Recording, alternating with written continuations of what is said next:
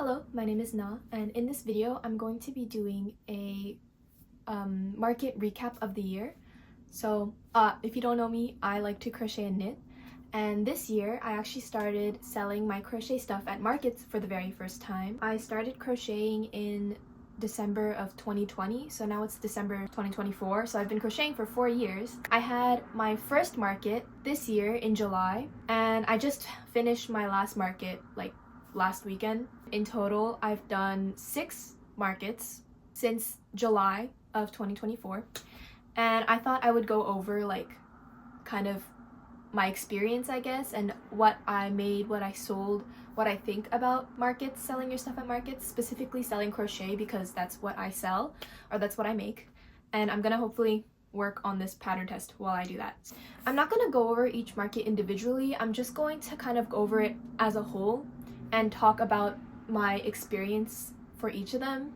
People ask how I find markets and how I, apply for them. You just kind of have to search. I like to look through Instagram. I'm in Montreal, so if I find like one big one, like for example, I found the Montreal Makers Market, which is pretty big, and then they had a link in their bio that had like a Google Docs of a bunch of other markets in Montreal. So honestly, I was lucky that I could find other markets through that. I don't know if everywhere does that. I don't expect that everywhere does that, but that's how I did it. If not, you can just search like your city and then like craft market or vendors market or something. I think sometimes people search for farmers markets, but yeah, I just looked through Instagram, and you can look through Facebook also. And then eventually when I kept looking for markets, I started getting like, when the markets do online advertisements on like Instagram, like ads, I started getting those in my Instagram while I was scrolling through my reels. So that's how I found other markets. I'm also lucky enough to be in a group chat of other small businesses and creators in Montreal who share vendor calls and stuff like that. So that's how I find markets. I guess in a way it's kind of like networking, but also just like, before that I didn't know anyone, so I just was looking for things. You just kind of have to search. You'll find one eventually, hopefully. I don't know where you are, but that's how I found it. If you're in Montreal, I recommend my friend Frankie, Pispop, Montreal Makers Markets. Like those are like the big ones. I think Roi Rêverie is another one, but it's a bit more expensive. I haven't done it with them yet, so I have nothing to say about them. I don't know. From what I've heard, they seem really good. Just gotta look for them. That's all I really have to say.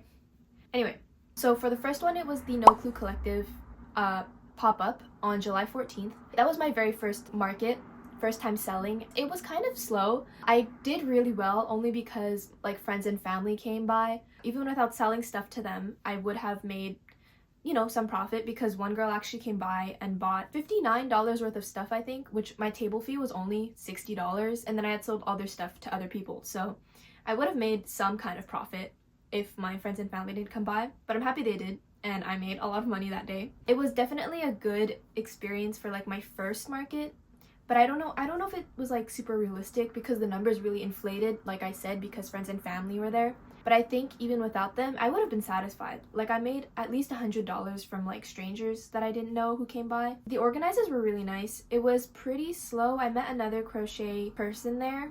Their name is Fruity Stitch on Instagram if you want to follow them. They do a lot of amigurumi, and I see them at markets, like other markets and stuff. That market, honestly, was a good market. For my second market, I was with the organizers, my friend Frankie, and this one was pretty good. It was a fall market. It was on September 27th. I did pretty well.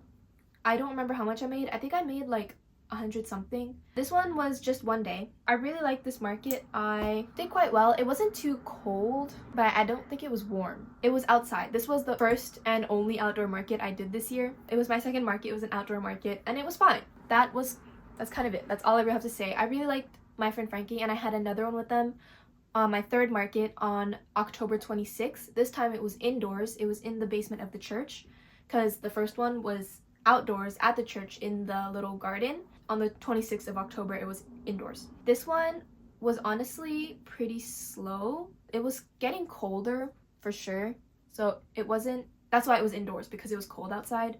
So there wasn't a lot of people, but I still did pretty okay.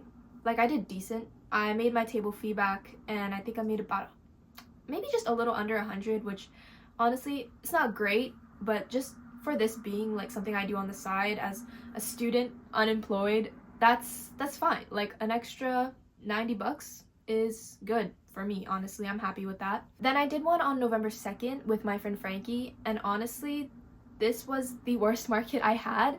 It was my fourth market, my third market with my friend Frankie, and I think just it wasn't overall good. There was really slow foot traffic. At some point there was a lot of people, but they weren't buying. You know, they're not going to buy from everyone, so they weren't buying from me. I was placed in the back of the church. Yeah, I don't know. It was really cold that day too, so, and like cloudy outside, so it wasn't even like sunny and nice. It was gray and cold.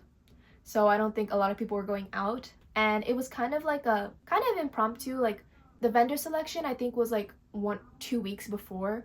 Apparently I've heard is not really great if there's such like they're looking for vendors so last minute, but I think the thing was that, and maybe the church became available that day, and so the organizers wanted to host another market there because why not?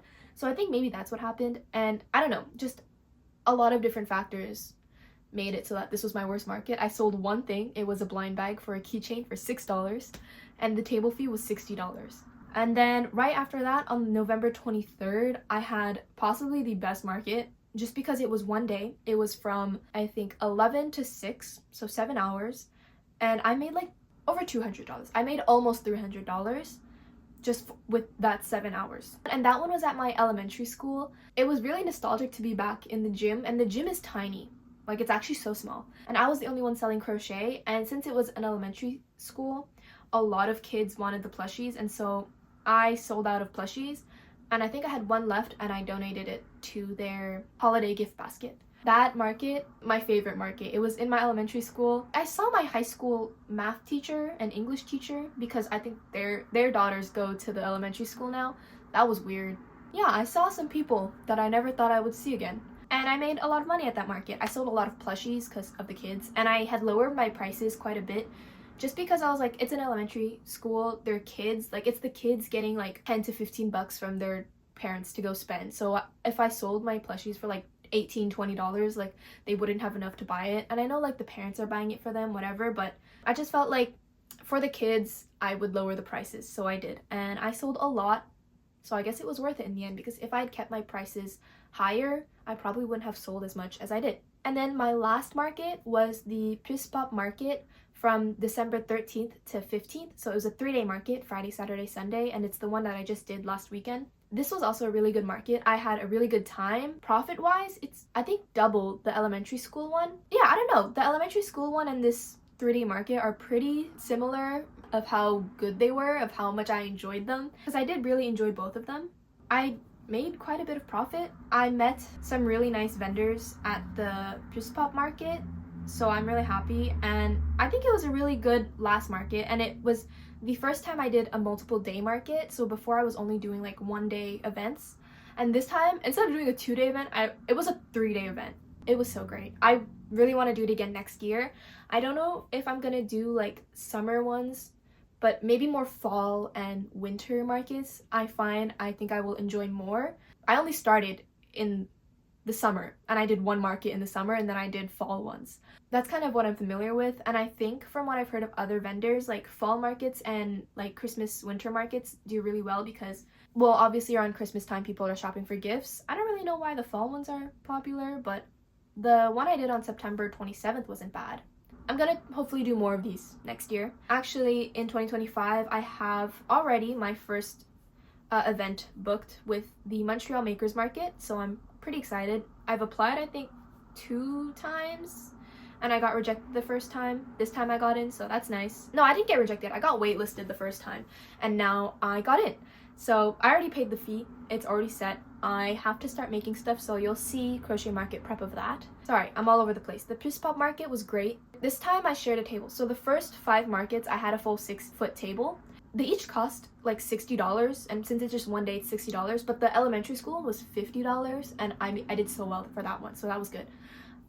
The Puss Pop market was 4 feet, and it was just about $60 per day. It was $183.96 for 3 days for 4 feet of space. But honestly, that's fine. I didn't need that much. I was fine with 4 feet, and the person I was sharing with, I'm so happy I met them and that I was sharing the table with them. They were so nice. The person to my left was a woman who made like homemade soaps. She was also really sweet. So that's why I said like my experience at the markets just were really nice, because the elementary school one was like nostalgic, and then the Pispop market, the people around me were so nice. So it was just nice to be sitting with them for 3 days. Like, they were really nice. Okay, that's kind of it. For these markets, I was usually always with my boyfriend. He would come with me, but for the October 26th one with my friend Frankie, he had a rowing competition in New York, so he wasn't there, so I was alone. But that was fine. Just one market out of 6 that he wasn't with me. Otherwise, he sat with me every day for like hours, literally doing nothing. I feel like it's a thing where I see people who do markets where they just bring their partner, and their partner is just kind of there, either helping or like just there. That's what my boyfriend was there for, just because I didn't want to be alone. So he helped me, and he helped me like carry my stuff and like set up and stuff. I think after each of these markets I wasn't too tired, but after the one I just did last weekend, the 3-day market, I honestly was so exhausted. Now I'm gonna go over my sales and the money part. I have like all the numbers calculated now. I don't have too many details about the actual stuff that's sold, but I kind of have enough to give you an idea of, if you want to start, like what kind of things you should make. Just to start off, the booth fees that I paid for these 6 markets combined was $473.96. So that was for 8 days worth of markets. Then I bought the little square so that people can tap and like insert their card. The fees that I had on that was $26.43, which honestly, I don't know if that's bad or good. I don't think it's that bad. $26, like, that's fine. And just so you know what I'm talking about, how much money I made through card was $1,261. So that's where the $26 fee comes from. So off of $1,200, they took $26 for their fees. I think that's fine. In cash, the biggest market for cash was definitely the elementary school one, just because they were kids, so I think the parents gave them money in cash because they're not gonna have cards. That was like around $300, and I think the Pispop market that I just did was $166. Total amount of money that I received through cash for the 6 markets I did was $599. And so if I do the math, the total profit was $1,359.61. I think that's great. I started crocheting like halfway through the year for my markets, so I know it's not like a lot. It's definitely not a lot to be like my only job, but I'm not working. So I think just not working and then having this amount of money just for me to spend is good, because I'm still a student. I'm about to start I just finished my 3rd semester of Cégep, and I'm about to start my last semester in January. That's fine. I think I'm not employed. I do this for fun, and that's a lot of money to just have. Now I'm going to talk about the items I sold specifically. So for sure, I knew this was going to be the number one thing. I sold the most keychains. I sold 69 keychains this year. And I did this thing where I had like a blind bag at a discount it was $6 for a blind bag, and the keychains normally are $8. So in the blind bag is 1 random keychain, and I sold 8 blind bags. So 69 keychains, but 8 of those were blind bags. But I count it as a keychain because, you know, they know it's a keychain, so they know they're buying a keychain. Then I sold 52 plushies, which is crazy because I didn't really make plushies that much, and I didn't realize I even made that many plushies. And I think for sure the best-selling plushie that I made were the turtles by the Friendly Red Fox. So I'll link the pattern in the description.